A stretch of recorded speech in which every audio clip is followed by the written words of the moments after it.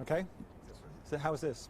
Good enough? You tell them your name and My name's Steve Good. I'm a professor at the University of Texas Law School.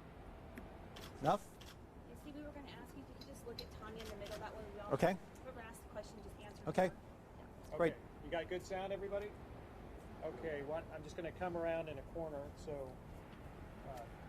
You're going to let me start? Oh, yes, thank you very much. Thanks. I forgot. Okay. Steve has a couple remarks first. Yes. and then we'll start. Well, thank you all for coming. I'm aware that you all have had a chance to take a look at the basics of the report. I'd just like to say one thing that I think is important, and that is, although the working group is well aware that public attention has been focused on where handguns will and will not be allowed, we hope you'll give close attention to the recommendations that we've made about how handguns may be carried and stored on campus. These are the very first recommendations we make in the report, and they are aimed at ensuring the safety of everyone on campus. If someone carries a handgun on campus, they will have to keep it on or about their person at all times or secure it in a locked car. They will have to keep it in a holster. Even if they carry it in a handbag or a backpack, it will have to be holstered, and those holsters will have to meet specifications that we have set out in our recommendations. These are designed to make sure, to the extent possible, that there will not be the accidental loss or theft of a handgun on campus, as well as trying to minimize any possibility of an accidental discharge on campus. President Fenves charged us with making recommendations for steps that he could take that would ensure safety and security for all members of the UT community, and we took that charge very seriously. Those recommendations that I've just mentioned are a key component of our report, and again, I hope you will take careful attention, pay careful attention to them, as well as the other recommendations in the report. Thanks. Stephen, in the report they talked about how there was some, maybe that are more controversial, or ones that had a lot of opinions that were probably harder to hammer out. Could you maybe just list like 2 or 3 of those that were harder to come to a consensus on, and why? There were a lot of issues that were hard to come to consensus on, and probably some would surprise you. We had 19 people in the group. We came from very different experiences and backgrounds, represented all members of all constituencies of the campus, and we debated about a lot of different things, disagreed about a lot of different things. I don't know that I could even pick out 2 or 3 that would stand out. You'd be probably surprised at which things were controversial. Well, for example, one of them was with the teachers not wanting the guns in the classroom. That's probably one of the hard ones. It was certainly a difficult issue, but I would say that we had as much controversy or debate over other issues as well. Did I read the report right that says that the majority of the people in the work group didn't want guns in the classroom, but you just felt that that's where the law made you go with it? Let me be perfectly clear about this. Every member of the working group, and that includes those who are gun owners and license holders, thinks that we would be best if we did not have handguns in the classroom. But it's just where the law comes down. We were asked to make recommendations that complied with Senate Bill 11 and that would ensure campus safety, and we felt we could not recommend that handguns be excluded in classrooms without violating that charge. Did you work with universities and states where campus carry is currently allowed to identify problems that they have, and did you try to address any of those concerns that other places who have this have? We did reach out to 17 different schools in the 7 states that have campus carry. We heard back from representatives of 10 of those schools. I personally talked to several people, for example, at the University of Colorado Boulder. And so we did try to gauge what their experiences were. To some extent, however, our law is unique. The states that have robust campus carry are states that have many fewer options in terms of discretionary rules that the campuses could impose. So did they have problems, though, that you tried to address? We learned of 4 accidental discharges that occurred in campuses that have campus carry. 2 of those involved people who openly displayed their handguns. That would be a violation, and it will be a violation of the Texas criminal law to openly display a handgun. The other 2 involved accidental discharges when someone was carrying a handgun in their pants pocket. That's why we instated the rule, recommended the rule, that you have to have the gun holstered, and we have requirements about what that holster must consist of. And I know you said that that all of you disagreed with this, but had to come up with this. Were you guys glad that open carry is still not allowed on campus? Open carry is not allowed on campus. We didn't discuss it, and so that really was beyond anything that we were doing in our debates. What are the next steps from this? Does this have to be approved by the president and then the regents? What goes on from here before August 1st when it becomes reality? All we've done is make recommendations to the president. He will study those recommendations and then announce his policies.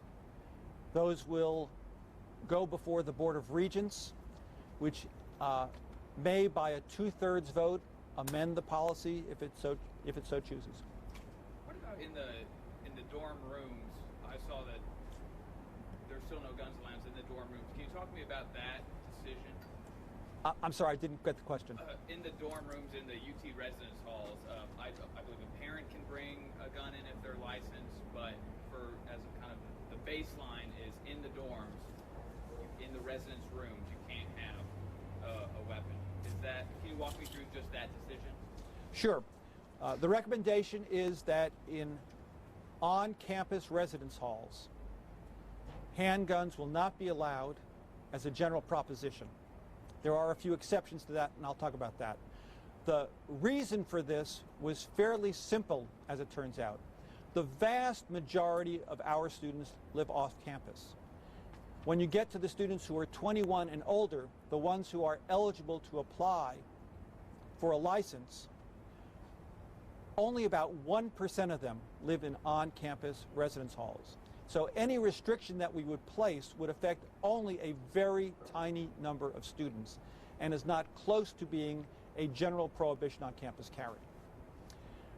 Coupled with that is the fact that our residence halls have very few single rooms. And so if we allowed them, even if we required them to be in gun safes, we could not be sure that those gun safes would not be accessible to other people. And so we thought the safety concerns with having handguns in on-campus residence, the residence rooms themselves, were too great. On the other hand, we didn't see that apply to, for example, parents who were visiting their children and wanted to carry their handguns into the dormitory. We didn't think that applied to the common areas like the dining areas or the study lounges. So those are exceptions to the rules. Again, our concerns were driven by the uniqueness of our dormitory situation as well as very specific safety considerations. Can you tell us more about the places that are banned, the places where you can't take the guns and weapons into? There are a lot of places, and some of them are places that we did not make as gun exclusion zones, but are already in the Texas criminal law. Many of the places that we did recommend are done on the basis of analogy to those. For example, the Texas criminal law says hospitals may ban concealed carry of handguns. Well, we don't have a hospital, but we have a university health service. And so by analogy to that, we recommend that handguns be banned from there.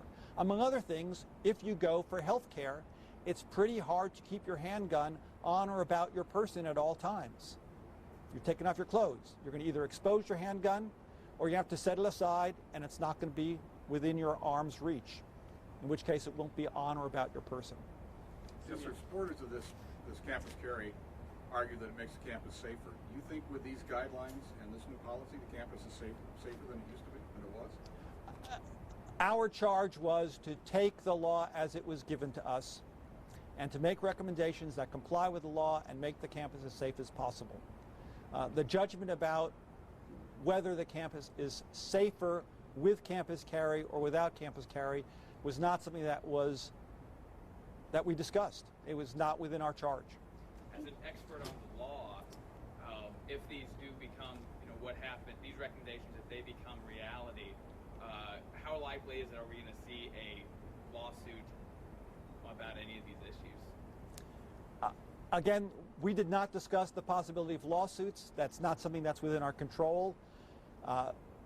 It's not something within President Fenves' control. Someone will either bring a lawsuit or won't bring a lawsuit, and we have no control over that. All right, any Yeah, last I got questions? one more. Yeah.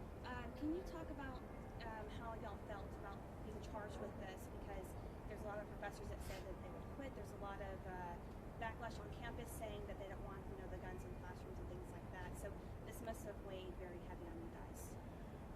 We are keenly aware of the campus sentiment. All the members of the working group, with the exception of 2, are on the campus. And so not only did we hear it in the comments we received, and we received over 3,300 of those, we got numerous submissions from other groups. We heard it from our colleagues. We know how people feel on campus. Our job was to make the best recommendations we could to President Fenves. We worked long and hard trying to come up with the best recommendations we could. We went into this thinking not everyone is going to be happy with what we recommend. In fact, probably no one will be happy with everything we recommend. But we were given a job to do, and we tried to do it as best we could. Okay. When you were doing this, did any members of the working group find it challenging to kind of block out what was happening in the world around them to focus exactly on what's happening here at the University of Texas? I really can't speak for individual members and what their thought processes were in that regard. Again, we were given a job to do, and we just tried to do it.